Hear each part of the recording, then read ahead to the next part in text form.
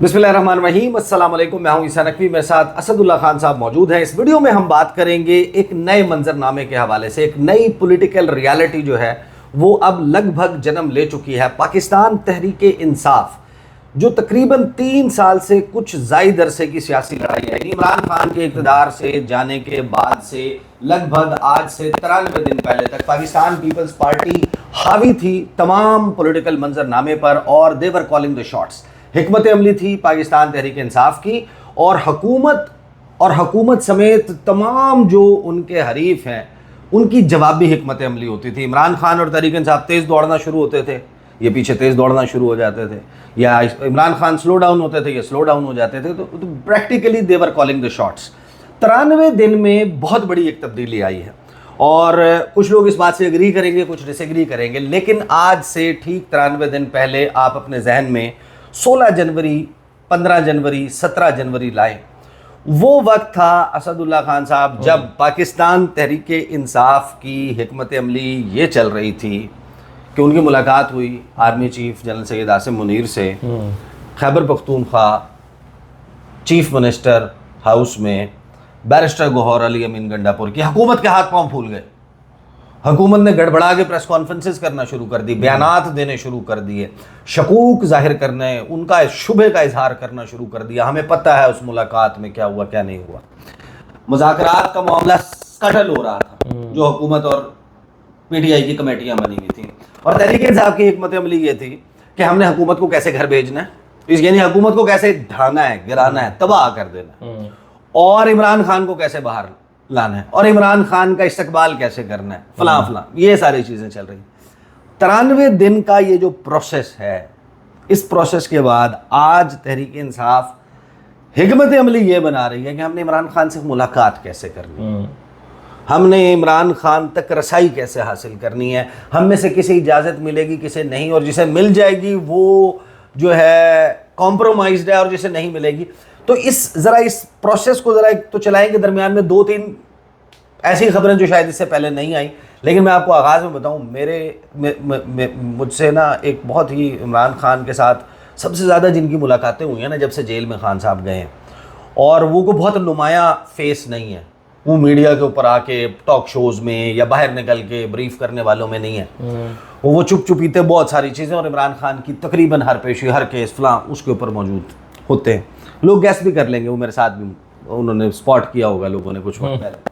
जब ये सारा मामला चल रहा था ना तो उन्होंने मुझे कहा कि नकवी साहब, मैंने कहा यार आप गए नहीं अडियाला जेल। उसने कहा यार मैं इसलिए नहीं गया कहीं वो मेरा नाम डाल के मुझे जेल के अंदर ना भेज दें खान साहब से मिलने। मैंने कहा तो आपको तो खान साहब से मुलाकात करने में खुशी होनी चाहिए। उसने कहा अगर मैं चला गया मुलाकात करने, लोग समझेंगे मैं कॉम्प्रोमाइज्ड हूँ, लोगों को लगेगा, एक आम तासुर पार्टी में भी उभरेगा, इमरान खान के चाहने वालों में भी और उनमें भी, कि मैं किसी के साथ क्योंकि कॉम्प्रोमाइज्ड हूँ लिहाजा इस सिचुएशन में डाल दिया गया। तो 93 दिन में क्या क्या हुआ है और क्या वाकई पीटीआई जो कह रही थी कि ईद के बाद तहरीक चलेगी, अपोजिशन की तहरीक चलेगी, ये क्या हुआ है? देखिए बिल्कुल सही है, आपने जो कुछ कहा है अपने इंट्रो में बिल्कुल सही है, मैं समझता हूँ। लेकिन इसमें देखिए बुनियादी तौर पर अब पिछले 3-4-5 महीने में हमने देखा पीटीआई जब तक एक थ्रेड बनी हुई थी तो 3 मुतालबात सामने रख रही थी हुकूमत के। एक वो कहती थी कि जी हमें ये 2024 के जो इलेक्शंस हुए हैं इसका ऑडिट होना चाहिए, यानी मैंडेट की वापसी एक था। दूसरा उनका मुतालबा था कि 26वीं तरमीम को रोल बैक किया जाए, और तीसरा था कि असीरान की रिहाई की जाए। जब हुकूमत के साथ मुज़ाकरात हुए थे तो भी यही उनके मुतालबात थे, और वो 26 नवंबर पे और 9 वो कमीशन बनाया जाए वगैरह वगैरह। जाहिर है वो 9 मई और कमीशन ये। तो अब ये इसका जिक्र ही नहीं हो रहा। पिछले 2-2.5-3 महीने में आपने 93 दिन कैलकुलेट किए हैं, इसका जिक्र ही नहीं हो रहा, और बड़े एहतमाम से पीटीआई इसमें उलझ के रह गई है कि ये इमरान खान से मुलाकातें कैसे होंगी। अब सारा तकिया किया हुआ था मौलाना फजल रहमान पे, जिन्होंने शायद आज और कल में फैसला करना है, एक आध दिन में उन्होंने फैसला करके बताना है। मेरी इत्तला ये है कि अलायंस तो नहीं बनने जा रहा, कोई अलायंस नहीं बनने जा रहा। शायद खकान अब्बासी ने तो साफ साफ कह दिया है कि अलायंस नहीं बनने जा रहा। मौलाना फजल रहमान साहब भी 95% से ज़्यादा इम्कान ये है कि वो अलायंस तो नहीं बन रहा। तो सरेदस्त जो इस वक्त पीटीआई के पास हिकमत अमली है, बज़ाहिर ऐसा लगता है वो सिर्फ वक्त गुजारने की है। लेकिन इसमें इंपॉर्टेंट क्वेश्चन ये है, क्या ये सारी बातें इमरान खान को समझ नहीं आ रही? और ये मैं अब आपसे सवाल की सूरत में आपके सामने टॉस कर दूंगा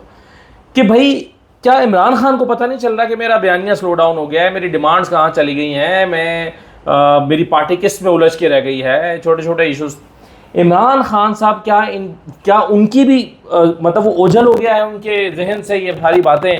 कि यार वाकई हम कहाँ से कहाँ पर आ गए हैं, या फिर वो इतना फंस के रह गए हैं अपनी पार्टी के हाथों कि पार्टी चूंकि अमली तौर पर ग्राउंड पर कुछ करने के लिए तैयार ही नहीं है, तो इसलिए उनके पास कोई रास्ता नहीं बचा है। तो बड़ा सवाल ये है कि इमरान खान इस वक्त जेल में बैठे क्या सोच रहे होंगे इस सारी सिचुएशन में। अच्छा, मैं आपको ना खबर शेयर करता हूँ इसके ऊपर ना कि इमरान खान को सिर्फ पता नहीं है, इमरान खान को बहुत अच्छे से पता है। इमरान खान के लिए सरप्राइजिंग ये मेरे ख्याल में होना चाहिए कि ये जो हो रहा है ये इतना लेट क्यों हुआ है। देखिए, मैं जब 8 फरवरी 2024 का इलेक्शन हुआ और उसके बाद का मंजरनामा ज़रा आप सारे लोग अपने जहन में लेकर आए। मेरी तकरीबन ये बात मुझे 2.5-3 माह पहले जो है तज़किरतन उन साहब ने बताई, और कल रात मैंने उनको फ़ोन करके कहा कि उसकी जो फ़लाँ जुज़ियात थी वो मुझे थोड़ा सा मेरे जहन से ओझल हो गई हैं, वो ज़रा मुझे दोबारा बताएं। उन्होंने कहा क्यों? मैंने कहा मैं इसको ख़बर इसके ऊपर मैं करने लगा हूँ। तो फिर उन्होंने मुझे कुछ चीज़ें बताई, फिर कुछ का उन्होंने बहुत रिक्वेस्ट किया कि यार ये वाली बात जो है ना मेहरबानी करेंगे, ये वाली बात से बहुत सारी चीज़ें कनेक्टेड है। बहरहाल मैं आपको बताता हूँ, उन्होंने जो मेरे इल्म में आई थी बात ना कि जब ये 8 फरवरी 2024 का इलेक्शन हुआ और उसके 2 या 3 माह के बाद आपको याद होगा कि अचानक से कुछ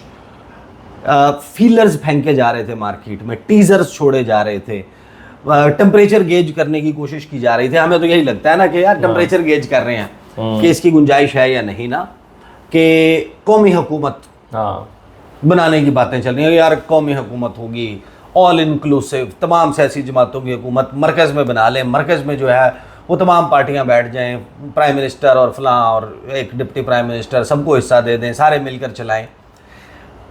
तो उस वक्त पता है क्या चल रहा था, और ये खान साहब को क्यों पता है, ये इससे रिलेटेड कैसे है? हुआ ये था कि सारी चीज़ें हाथ से निकली हुई थी, अवाम बफरे हुए थे, गर्मी, बिजली के बिल आपको याद होंगे, उसके बाद अदलिया, काजी फायजी सा कंट्रोल खो चुके थे, जस्टिस सरदार तारिक मसूद रिटायर हो चुके थे, वो जो 3 रुकनी कमेटी है केसेस लगाने वाली, प्रैक्टिस एंड प्रोसीजर एक्ट के तहत बनने वाली, उसमें काजी फायजी सा मिनॉरिटी बन चुके थे, जस्टिस मुनीब अख्तर और justice Mansoor Ali Shah were calling the shots, bench बन रहे थे, मखसूस नशिस्तों के फैसले हो रहे थे, चैमगोइयाँ थी कि धड़न तख्ता हो जाएगा, इसको घर भेज दिया जाएगा, इलेक्शन का ऑडिट हो जाएगा, इलेक्शन खुल जाएगा, जिन जजेस के इस्लामाबाद हाई कोर्ट ने ख़त लिखा है वो बफरे हुए थे, उनकी तरफ से ये था कि जनाब ये जस्टिस मंसूर अली शाह आएंगे, उनके लिए फ़लाँ चीज़ हो जाएगी, कोई 26वीं आईनी तरमीम नहीं थी, मीडिया के ऊपर बहुत सारी आवाज़ें बहरहाल मौजूद थी, सोशल मीडिया के ऊपर बहरहाल एक टेम्परेचर जो है वो बड़ा हाई था, और तमाम का तमाम निज़ाम उस प्रेशर को फील कर रहा था। ये उस वक्त की बात है, ये उस वक्त की बात है जब तारिक महमूद जहांगीरी जो है वो अदालत लगाकर ये कह रहे थे कि अपना बेस्ट एविडेंस लेकर आए फलां तारीख तक, और अगर आपका हल्फनामा झूठा साबित हुआ तो आपको यहाँ से अडयाला जेल भेजा जाएगा, और जुर्माने किए। और लाहौर में महर शराफत वाले हल्के में फॉर्म 45 मांगे जा रहे थे ओरिजिनल, उसकी डेडलाइंस आ रही थी, ट्रिब्यूनल्स तब्दील करने पे सोच विचार चल रही थी, हाजिर सर्विस जजों को घर भेज को हटा के उनकी जगह रिटायर्ड जजेस लगाने की बात चल रही थी, जो जज ये बात कर रहा था उसके खिलाफ रेफरेंसेस लाने पड़ रहे थे, चीज़ें हैप हैजर्ड थी। उस वक्त पीटीआई की एक ऐसी शख्सियत,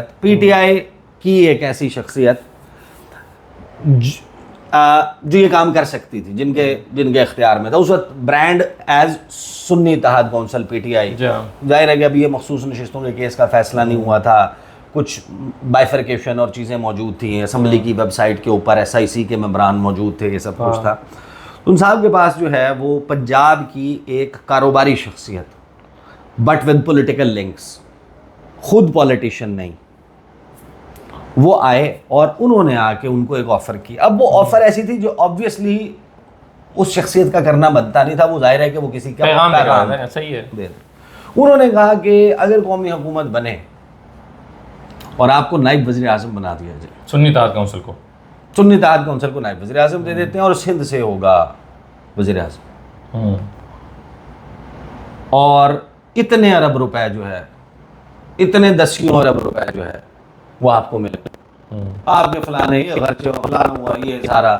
और मुकदमात भी थोड़े से ईज हो जाएंगे, फलां भी हो जाएगा, मखसूस नशिस्तें भी और ये सारी चीज़ें भी, चीज़ें बेहतर हो जाएंगी। ये जब ऑफ़र आई ना तो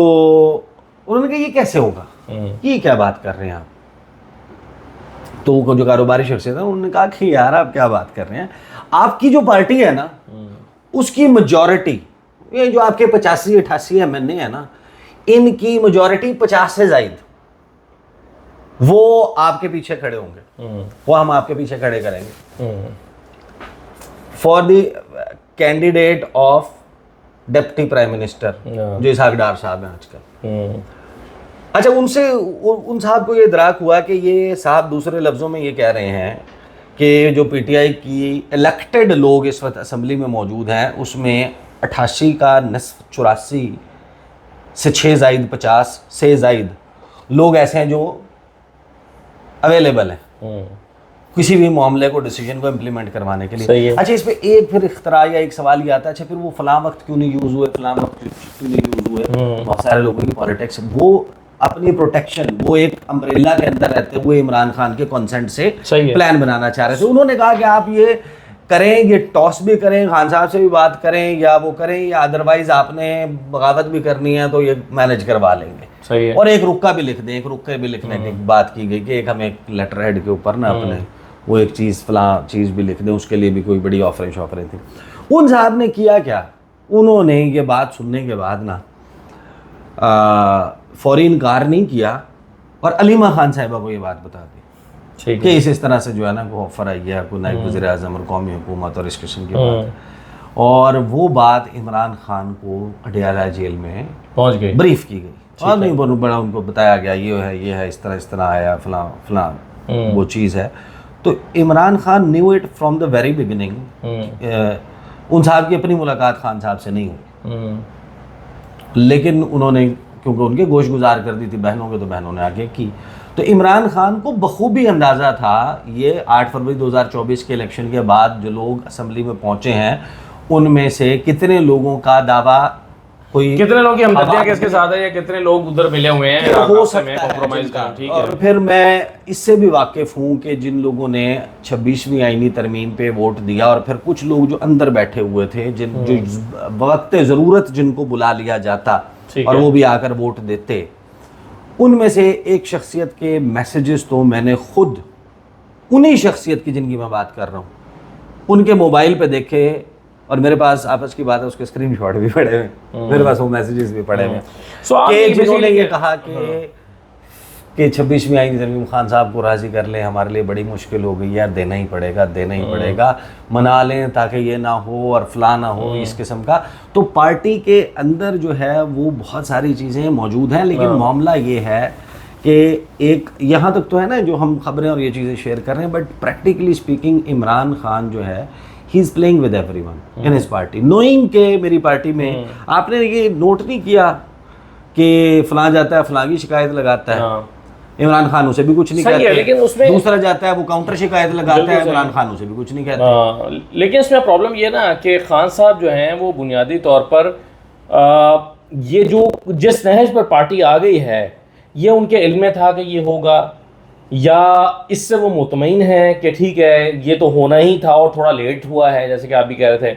यानी ये तो उनको पता है कि बहुत सारे लोग कॉम्प्रोमाइज़ हैं, राब्ते में हैं, मिले हुए हैं, पर्पसली नहीं कर रहे। और लेकिन ये है कि खान साहब ने जैसे पहले कॉल दे दी अचानक नवंबर में कि 24 नवंबर को एहतजाज होगा, लोग निकले, मैं नहीं मानता कि उसका असर नहीं हुआ, अगरचे उसमें जाने चली गई, अनफॉर्चुनेट था बहुत, वो खान साहब उस पर दुखी भी होंगे, हो सकता है अगला डिसीजन लेने में इसीलिए वो कतरा रहे हों। लेकिन बहरहाल जो हुकूमत ने मुज़ाकराती कमेटी बनाई, कभी हुकूमत अपनी मुज़ाकराती कमेटी नहीं बना सकती दिल से कि इमरान खान के साथ मुज़ाकरात करे। जिन मुज़ाकरात का नतीजा ही है उन्होंने कि हमने घर जाना है और उसने बाहर आना है। बिल्कुल, तो वो कैसे वो मुज़ाकरात के लिए बैठ सकते हैं। तो इतना दबाव तो बहरहाल आया था उसके बाद कि ये सब हुआ, और दबाव की 3-4 शक्लें हैं। यानी एक तो देखिए उस वक्त ये 26 नवंबर को जो गोली चली, उसको पाकिस्तान तहरीक इंसाफ ने इंटरनेशनल मीडिया में बार बार इतना ज़्यादा वो किया कि उस पर बहरहाल एक हुकूमत के ऊपर, इस्टेब्लिशमेंट के ऊपर दबाव आया, और वो दबाव भी टेबल के ऊपर लेकर आया। उससे पहले 26 ये जो हमारे इंतखाबात हुए थे और एक एपिसोड सीरीज़ ऑफ एपिसोड से जो चीज़ें होती रहीं, वो दबाव अब ऐसा लगता है कि वो मैनेज हो गया। अब एक दबाव बाकी बचा हुआ है, और वो दबाव है शायद ओवरसीज़ पाकिस्तानी, यानी आखिरी जो इस वक्त हुकूमत को लग रहा था कि बाकी चीज़ें इनफैक्ट मुक्तदरा को कि मैनेज हो गई हैं, और वो जो अमेरिका में एक पाकिस्तान डेमोक्रेसी एक्ट आ रहा है, वो एक मसला बना हुआ है, और उसके लिए ओवरसीज़ पाकिस्तानी और अमेरिका जो है वो बड़ा अमेरिकन PTI वाले जो हैं वो बड़े लगे पड़े हैं, और उसके लिए फिर एक हिकमत अमली बनाई गई, लोगों को तकसीम किया जाए, 2 बंदों 4 बंदों को बुलाया जाए, उनके पीछे बाकी लोगों ने सारे उनके। मेरे कुछ लोगों से अमेरिका में बात हुई, एक बड़ी लोगों के अंदर बेचैनी थी, बड़ी फ्रस्ट्रेशन थी कि जी ये वाज़ेह तौर पर तकसीम करने के लिए सारा कुछ किया जा रहा है, ताकि, और वाकई जो लोग यहाँ पर आए मुलाकातें करके गए, उन डॉक्टर्स में से, उन लोगों में से, वो कन्विंस होकर चले गए। वहाँ पर जाकर उन्होंने कहा कि यार बाकी पाकिस्तान के लिए बात तो ठीक है ना जी, बात तो ठीक है कि हमें ये नहीं करना चाहिए, ऐसे नहीं करना चाहिए। तो उस पर फिर और एक गुस्सा लोगों के अंदर देखिए आया। हर बंदे के स्टेक्स मुख्तलिफ है ना, इमरान खान के स्टेक मुख्तलिफ हैं। अगर तो आप देखें, आप अगर इमरान खान को सूट अगर कोई इस किस्म की डील सूट करती थी ना, वो सूट करती थी सितंबर 2023 में, अक्टूबर 2023 में, नवंबर 2023 में, इलेक्शन के फ़ौरन बाद, इलेक्शन के 2 महीने बाद। भाई अब वो 26 में आईनी तरमीम भी होगी, फला भी हो गया, अब तो सरेंडर होगा ना। देखें जो ज़ाहिर है कि PTI के लोगों से हम बात करते हैं, वो कहते हैं कि यार इमरान खान को बहुत पार्टी के अपने लोगों ने पिछले बहुत अरसे तक बार बार ये कन्विंस किया है, करने की कोशिश की है कि फ़लाँ चीज़ ना करें, फ़लाँ ना करें, इसको टोन डाउन कर दें, ये कर दें, ना करें, ट्विटर पे इस तरह कर दें, ये चीज़ छोड़ दें, ये ना करें। But Imran Khan is not was not changing his policy for certain reasons, और उसकी वजह ये कि इमरान खान को, अच्छा दूसरी बात ये कि इमरान खान को एक तो ये अंदाज़ा था कि पार्टी के अंदर लोग और इस तरह के मौजूद हैं जो इस वक्त, जाहिर है कि फिर हर एक की अपनी कैपेसिटी होती है, हर एक के अपने स्टेक्स हैं। एक MNA का स्टेक जो है वो मुख्तलिफ है एक पार्टी के लीडर से। अब सवाल ये है ना कि इस वक्त जो मैं आपसे सवाल मेरा है वो ये कि इस वक्त इमरान खान के पास कौन कौन से पत्ते हैं, कौन कौन से कार्ड्स हैं, क्या ऑप्शन उनके पास सामने पड़ी हुई हैं, क्या? देखिए ये तो फिर एक ब्रांड न्यू सब्जेक्ट है, इसमें बहुत सारी परतें हैं, बट नहीं वो इन हालात में जब आके ऐसा लगता है कि वो एक बंद गली में दाखिल हो गए हैं, कोई रास्ता है या नहीं है। To be very concise and precise about it, इस वक्त आप जाकर ऑन ग्राउंड लोगों का सेंटिमेंट देख लें। इमरान खान को ये अंदाज़ा है कि ये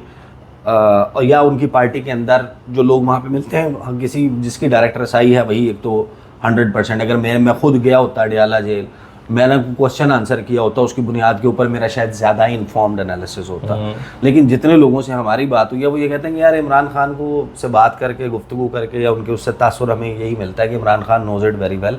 कि ये जिन लोगों को ये कह रहे हैं कि ये कॉम्प्रोमाइज़ हो गए हैं या फलां हो गए हैं,